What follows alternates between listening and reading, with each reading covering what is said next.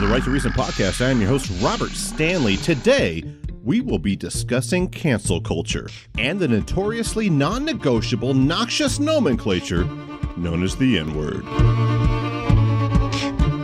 It's the Right to Reason podcast.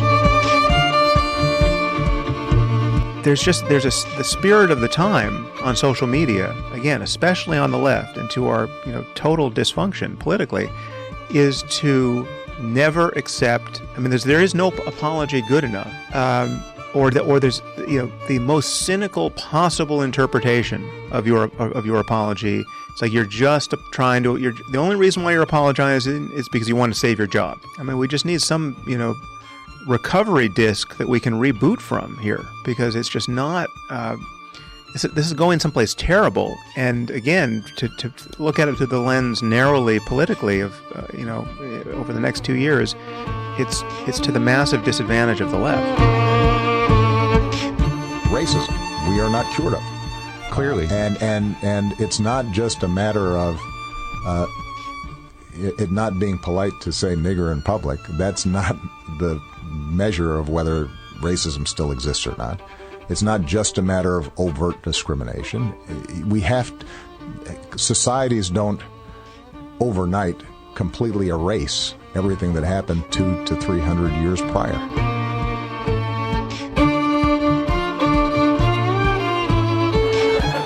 I don't know how to talk to white people anymore. Like, how do you tell Eminem to calm down, I told a white lady the other day why she can't use the N-word, and she cried.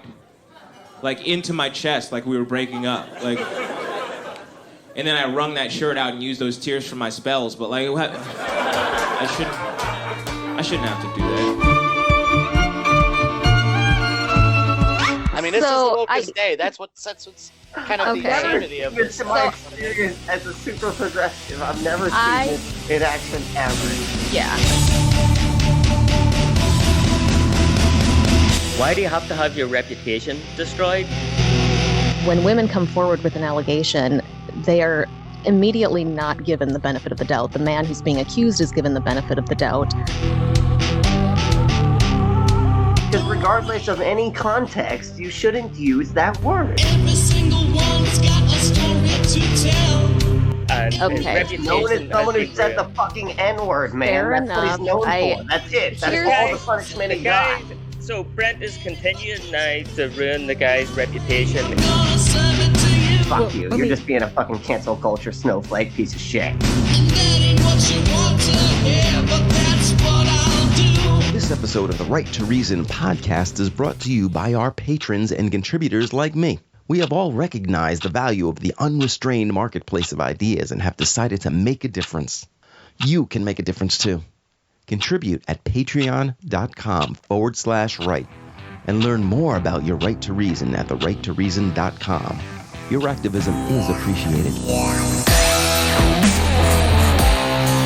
The term for people who have been thrust out of social or professional circles is called getting canceled. Recently, Barack Obama spoke about online denunciation, personal purity, and being politically woke. His words, he said, "If all you're doing is casting stones, you're probably not going to get that far." People like Bill Cosby, R. Kelly, Harvey Weinstein have all been canceled. Even, who was that guy that was on the Netflix show? Kevin Spacey. Yeah. He got canceled. But then I heard that he actually, the person that he apparently he grabbed some kid's dick. But then I found out that it wasn't a kid, A, and then B, that like the kid was like texting his mom and was like, "I'm going to try to get Kevin Spacey to grab my dick," or something like that. And the whole thing seemed like he might have been ousted unfairly, but I don't, you never know with this stuff. That's the problem. So I'm hoping that all of you can help me out today. We got a full panel of guests. The Free Thought Prophet, that includes John Hamill and Seamus at the Free Thought Prophet, their YouTube channel. Brent Lee, he's got the podcast Unapologetix, and on YouTube, he's got the Happy Debating Atheist, so you can actually watch him debate other people, but also he and Nikki make the cutest couple, and that's Unapologetics, and they're a lot of fun to listen to. And then, of course, story. We are fun, We're fun. Amy with a Y, the other part of the pair, so we don't have Amy with an I, but Amy with an I actually was on the Free Thought Prophet before, so Yes, she was. It's all a small world. But Amy with a Y is here with us today, and she wants you to know that she would date herself. Who wouldn't, to be honest? But check out her podcast. It's called I'd Date Me. And then, of course, Secular Soup. You guys already know about that one. But check both those podcasts out. Folks, thanks so much for being here today. Yeah, Thank you. All right, so starting with Kevin Spacey. Is it possible that maybe people get treated unfairly with this thing and we all jump to conclusions and maybe find out later, hey, he didn't really do the thing, or maybe he did the thing, but it wasn't that bad? I seem to remember, who was that comedian? Louis C.K.? Yeah. Louis C.K. Yeah, and so go ahead. Oh my God, I have so many things to say right now. I'm just, my ears are on fire over here. So, Kevin Spacey, the Kevin Spacey issue. I am not an expert on his entire life story, but there have been serious allegations of him sexually assaulting teenagers. And one thing I feel like we hear a lot about is kind of what you said, where, you know, they weren't really a kid at the time. But being a teenager is still a kid. Like, I have a 16-year-old. I've been 16. I know what that's like. You're still taking advantage of a kid when you're doing that sort of thing. So I have no doubt that Kevin Spacey has done the things. There's more than one allegation against him. Yeah. With Louis C.K., I feel like people don't take it that seriously because he didn't rape somebody in a dark alley at knife point, which is what people seem to think rape is. He whipped out his dick and masturbated in front of some people, which sounds kind of hilarious when you say it like that, but it is not, let me assure you. So he did this to women who were trapped in a room with him, froze, had no, like, imagine somebody that you're in a room with just whipping out their dick and masturbating right in front of you. What are you supposed to do with that? Like, and the women he did this to quit comedy. They quit their careers. So it's not as if these are harmless things that are happening. I think too often we think, well, was it that bad? And I think in most cases, yeah, it was. It's just that we're just figuring out as a society that those are bad things to do.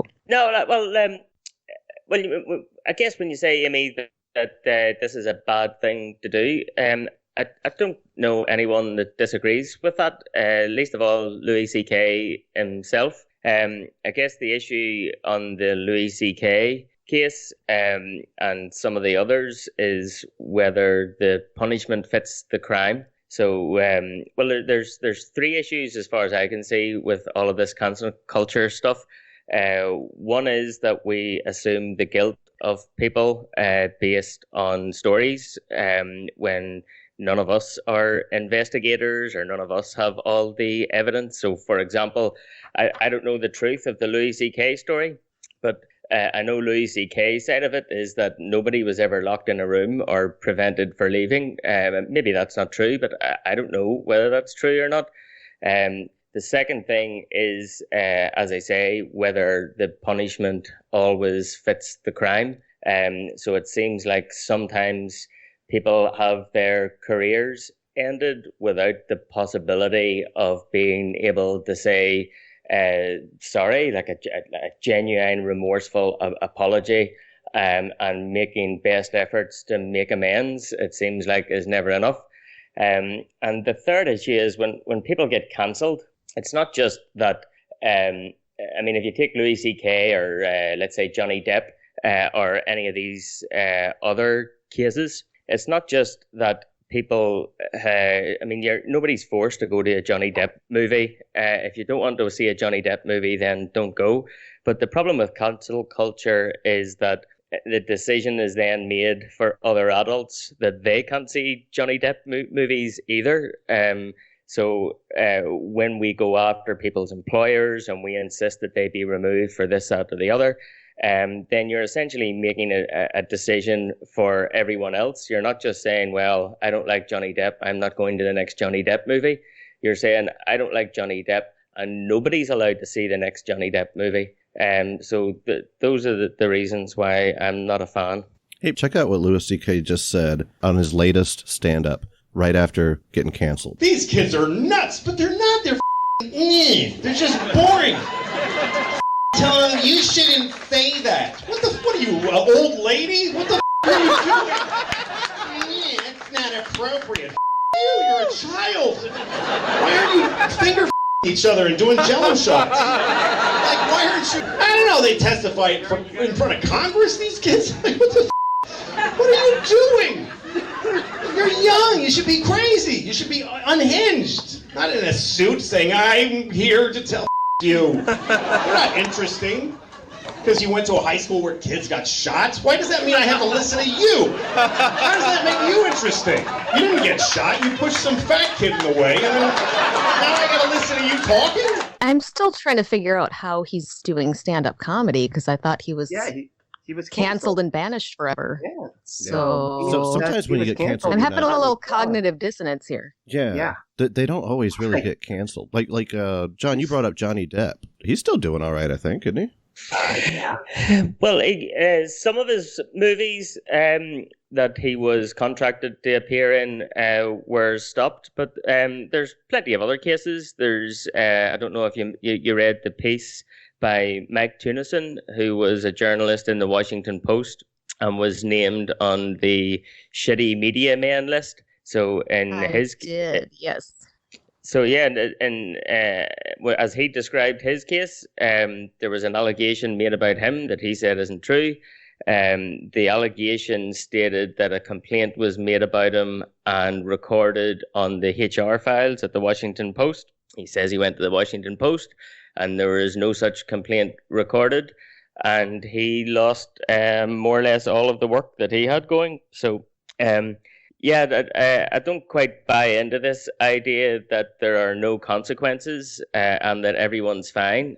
Because if that's true, then why bother with all of these cancel campaigns?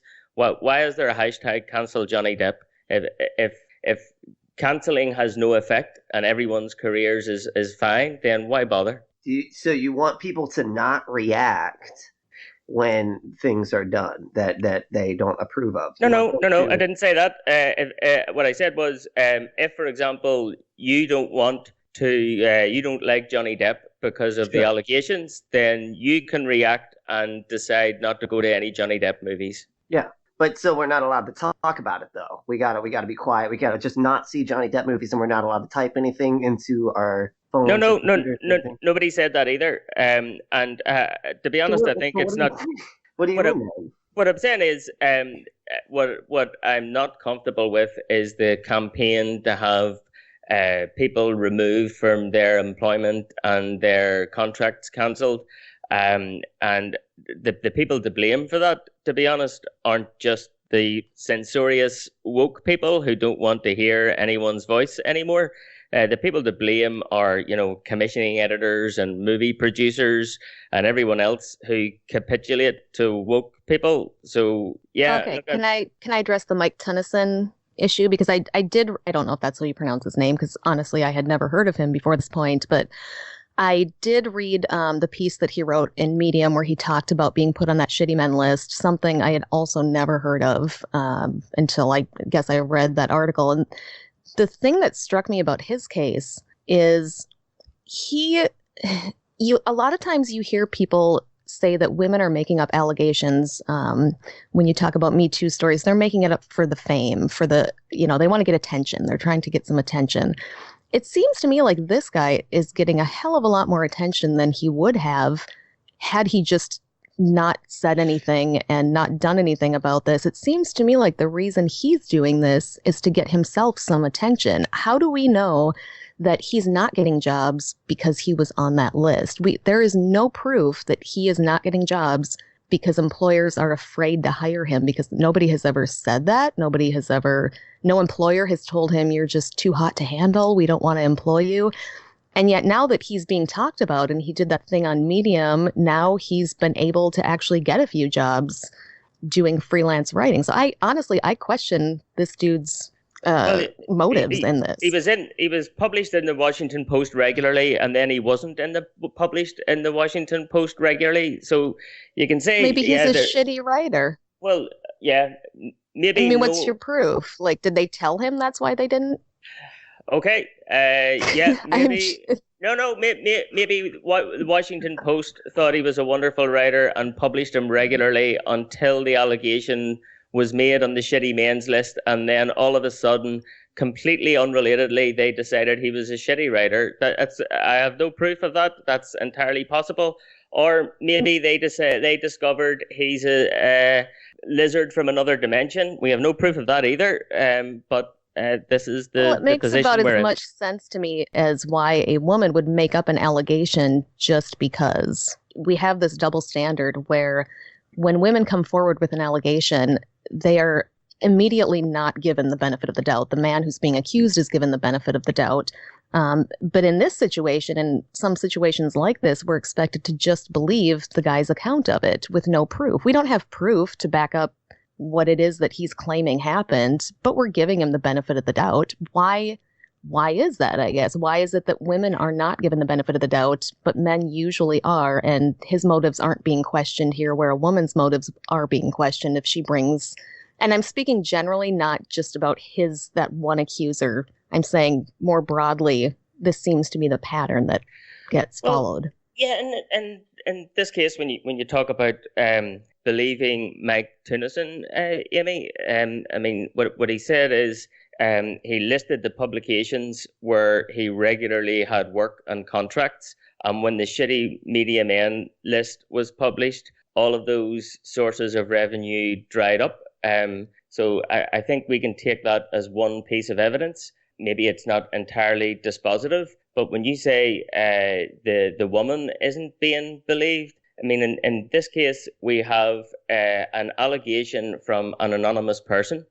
We don't know who the woman is. We don't know have any dates. It's just a statement that this guy did some shitty thing, a vague statement. And we also have evidence that the major factor in the allegation, that it was registered in the HR files of the Washington Post, that seems not to be true. So at least one part of the allegation seems to be false. Now, I mean, when you make the broader point, I mean, I don't think most women are telling lies. I don't think we should automatically assume that women are telling lies. I think it's a good idea to give accusers the benefit of the doubt. But that's not the same as saying women never lie. And that's not the same as saying that we should ruin someone's career without good evidence.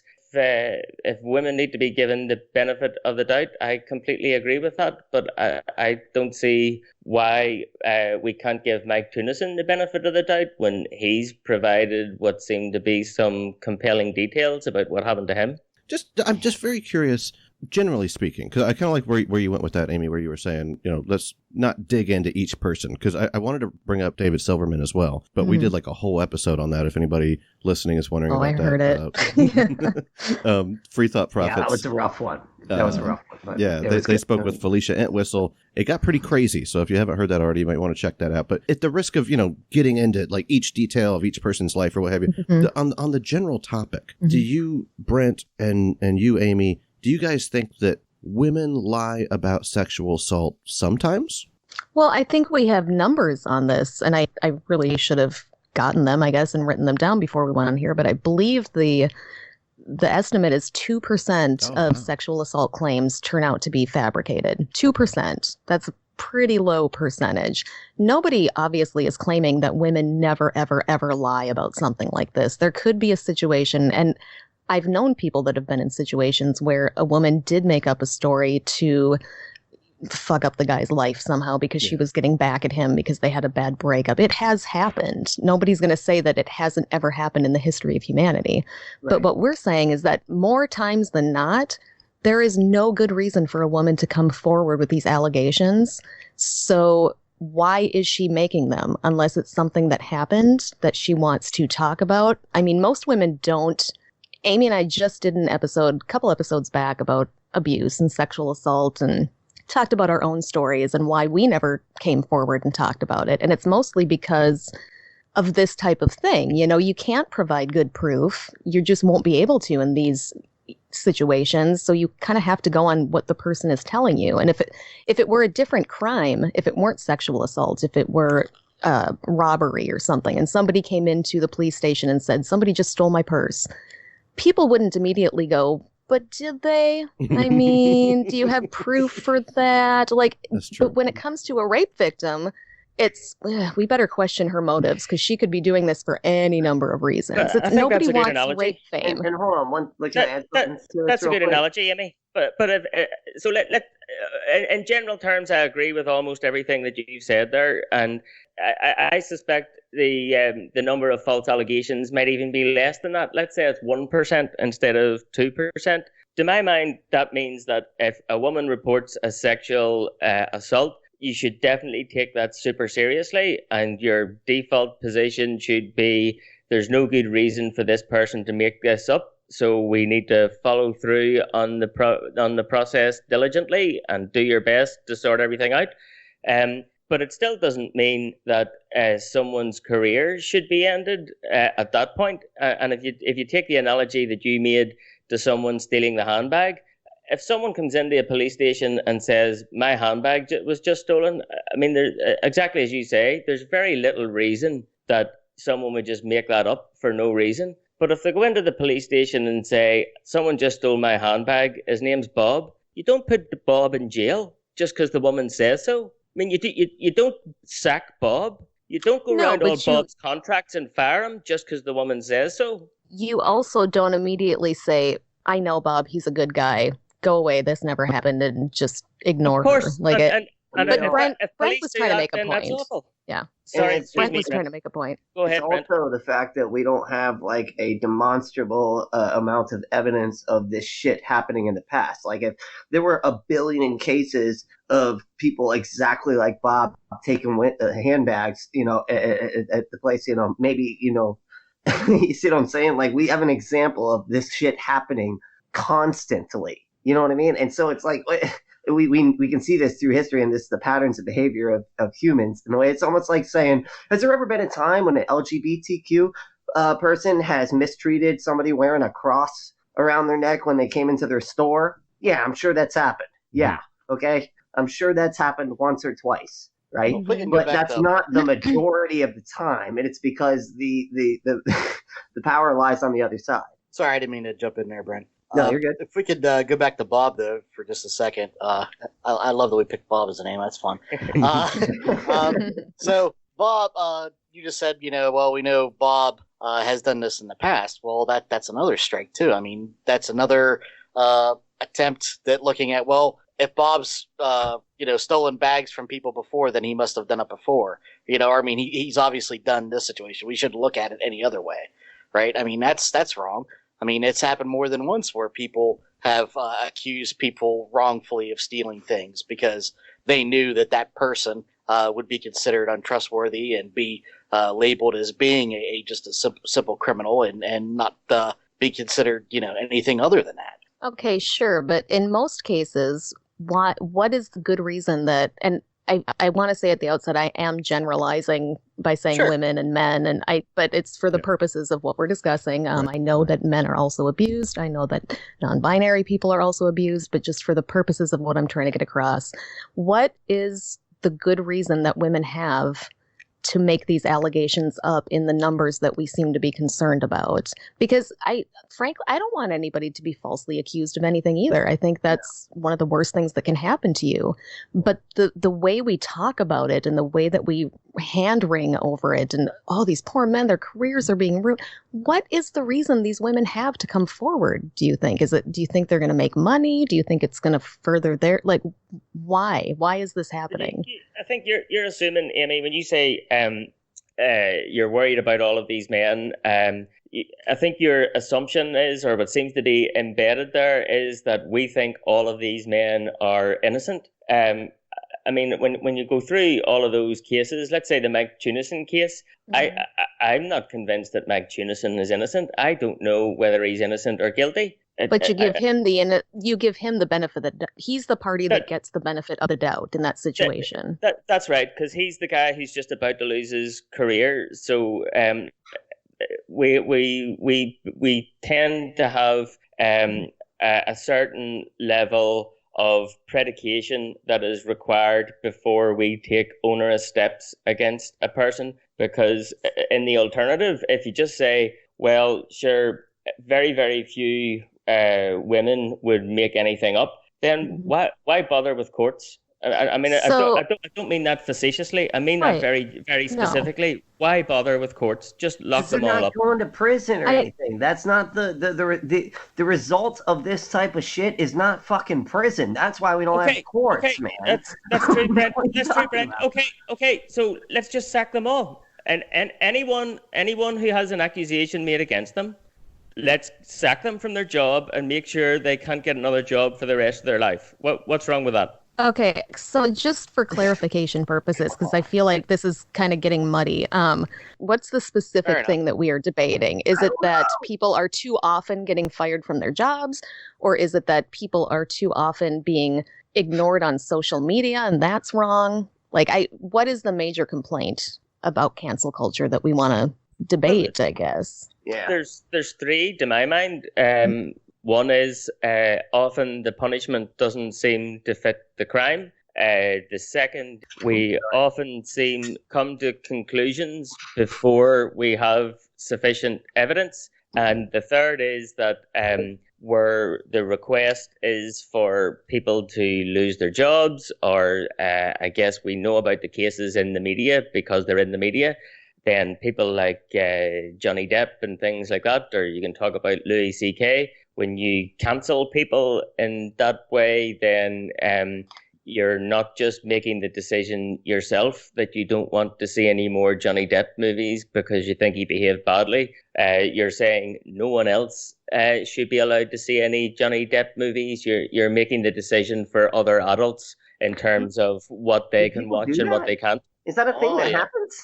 Oh yeah, I mean, there's a whole other wave to this. Is also People are that, like, don't watch a Johnny Depp movie. yes, and Because- also not only that, if you are seen with or somehow acknowledge something positive of Johnny Depp, you are therefore making rape okay or whatever his sin of the day.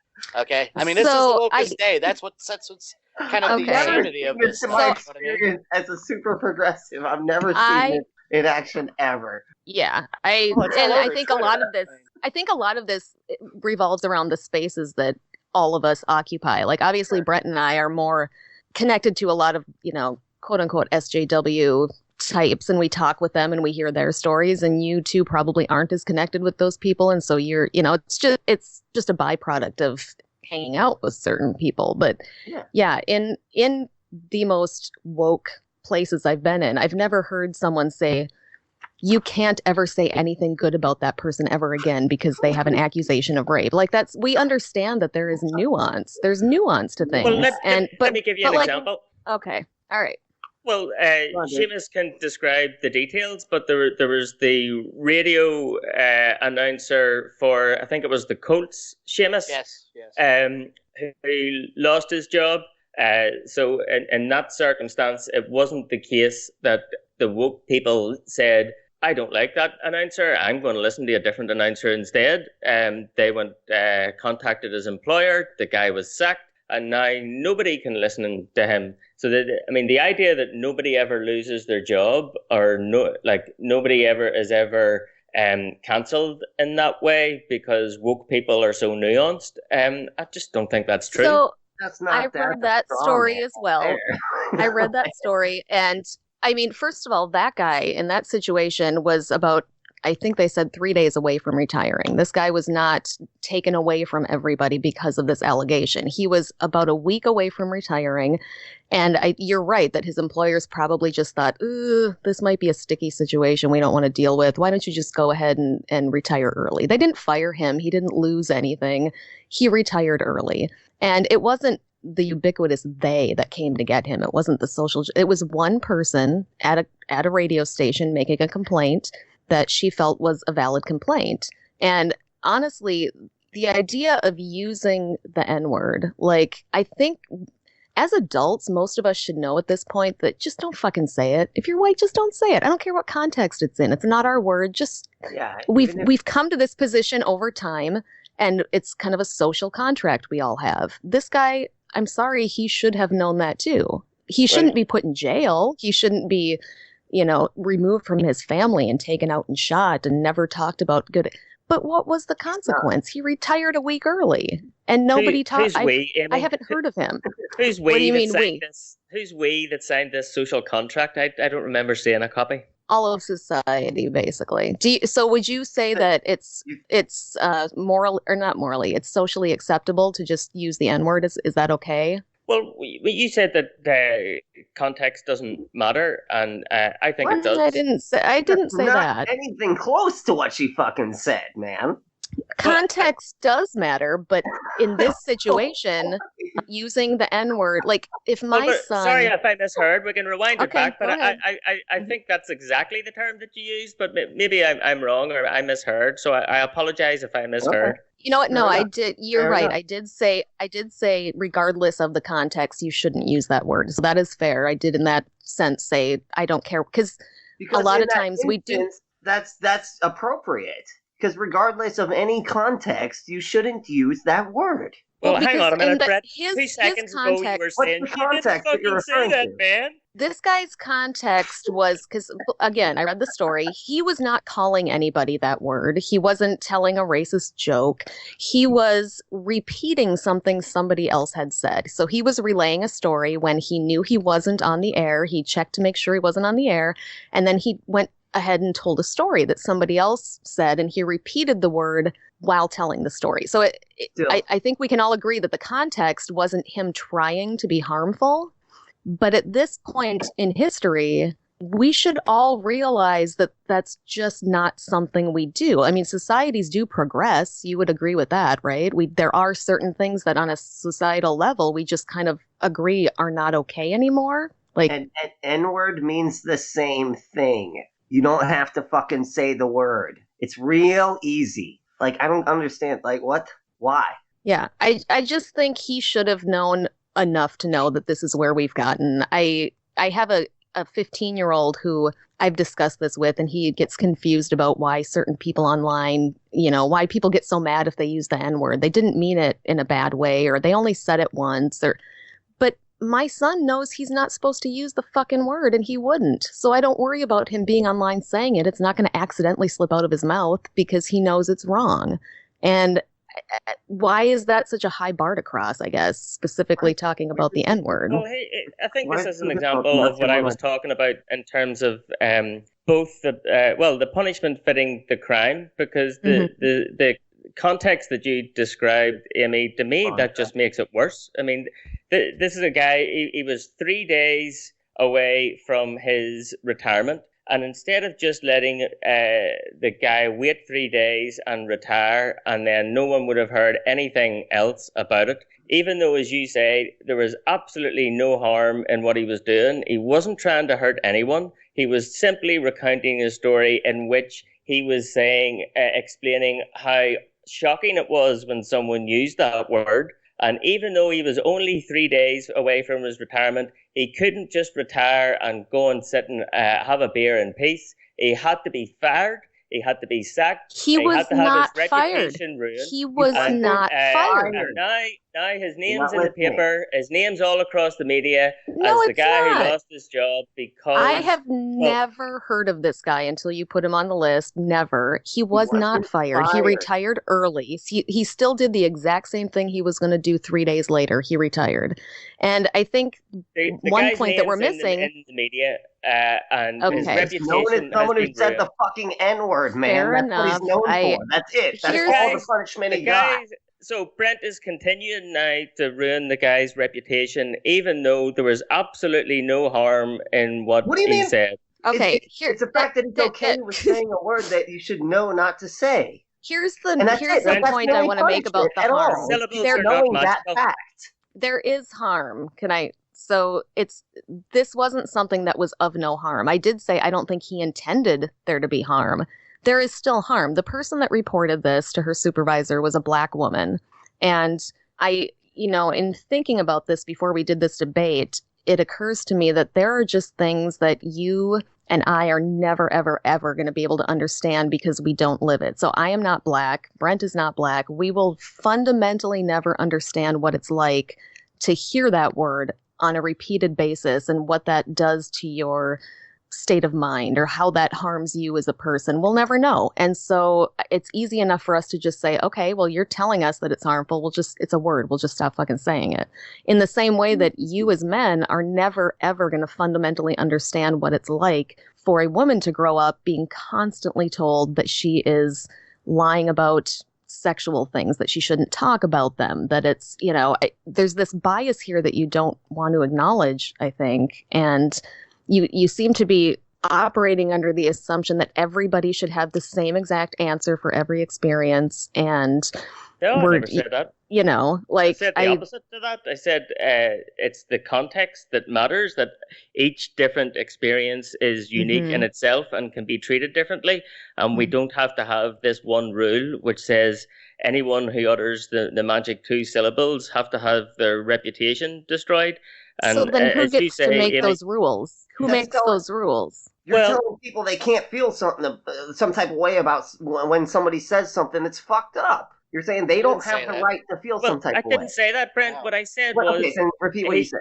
What I said was, as both you and Amy, Brent, have said before we come on air, black people hear that word all the time in contexts that aren't intended to cause anyone harm. And I think this was a context in which it wasn't intended to cause anyone harm.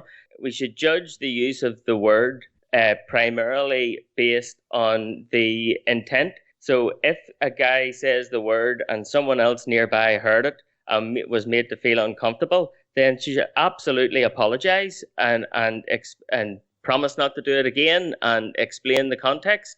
But if the context is a guy telling a story about how shocking it was when someone used that word, then I think in that context it was appropriate for him to apologize to the person who complained, promise not to do it again, learn and understand what the potential difficulties are, even in the context that he used it.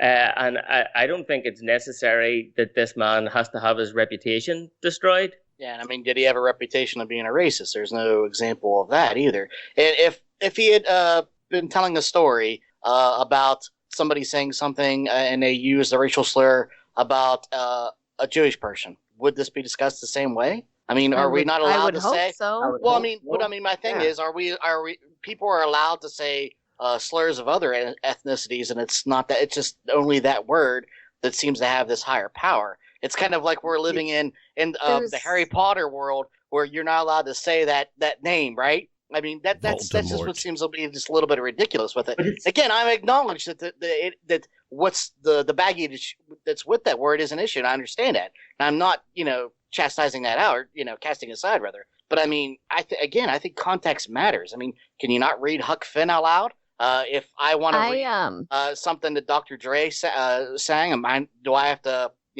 mix up the rhymes? So I went to those words when you're singing those rhymes. Yes. Wait. I went to a good panel. They can be upsetting to certain people. And to me, I think somebody that I know is the most sensitive about these things.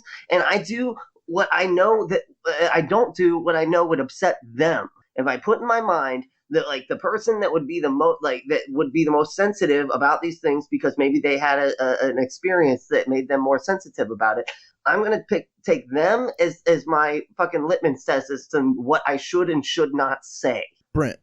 Okay, I gotta key in on this one just from a personal thing, and I know I'm sidewinding the conversation. Sorry, but I had a patron reach out to me recently and say that I screwed up big time. They said, "Hey, you played a rap song on your podcast, and it had the N-word in it, and you should not have played that part. You should have beeped out the N-word that the rapper said." And I was I don't want to say taken aback. I wasn't taken aback. But you didn't say the word. Yeah, I was very fascinated by that thought because my wife told me the same thing. So it's here I've got your wife said you shouldn't have played that song because it had the N-word in it? Well, she said I should have bleeped it out because she's saying that word's offensive. And now I've got a patron of the show. So I mean, it's not just a even friend. If a black guy says it? Yeah, it was a black guy.